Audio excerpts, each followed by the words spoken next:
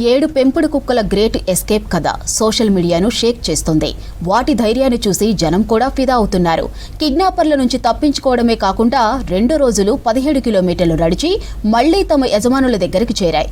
ఈ కథే అందరినీ మెస్మరైజ్ చేస్తోంది. కథలోకి వెళ్తే చైనాలోని జిలిన్ ప్రావిన్స్ లో కిడ్నాపర్లు 7 కుక్కల్ని కిడ్నాప్ చేశారు.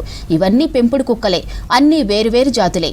వీటిని వేరువేరు ఇళ్ల నుంచి వీటిని చోరీ చేశారు. ఒక ట్రక్కులో బంధించి తీసుకెళ్తున్నారు కిడ్నాపర్లు. ఆ ట్రక్కు నుంచి ఎలాగోలా ఈ 7 కుక్కలు తప్పించుకున్నాయి. అత్యంత చాకచక్యంగా తప్పించుకోవడమే కాకుండా ఏకంగా 17 కిలోమీటర్ల దూరం వరకు కలిసి ప్రయాణించి ఫైనల్ గా తమ యజమానుల చెంతకు చేరాయి.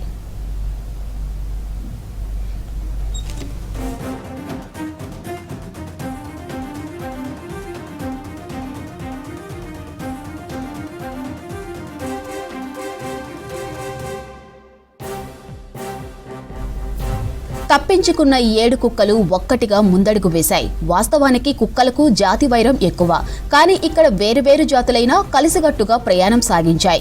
2 రోజులు రోడ్లు దాటుకుంటూ దాదాపు 17 కిలోమీటర్ల దూరం ప్రయాణించాయి.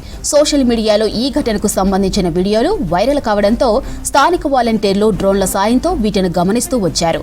చివరికి అవి తమ సొంత గ్రామానికి చేరుకోగానే వాటి యజమానుల ఆనందానికి అవధుల్లేవు.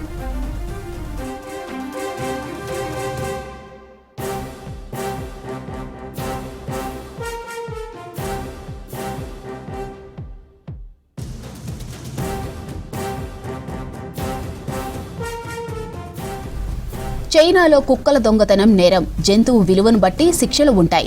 అయినప్పటికీ చాంగ్చున్, హార్బీ, డాలియన్ వంటి నగరాల్లో పెంపుడు జంతువుల దొంగతనాలు చాలా జరుగుతున్నాయి. ఉత్తర చైనాలో కొన్ని కుక్క మాంసం రెస్టారెంట్లు ఇప్పటికీ పనిచేస్తున్నాయి.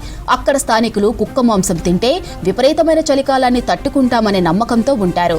డాగ్ ఫారాలకు చాలా ఖర్చవుతుంది. అందుకే వీధి కుక్కలు పెంపుడు కుక్కల్ని దొంగలిస్తున్నారు.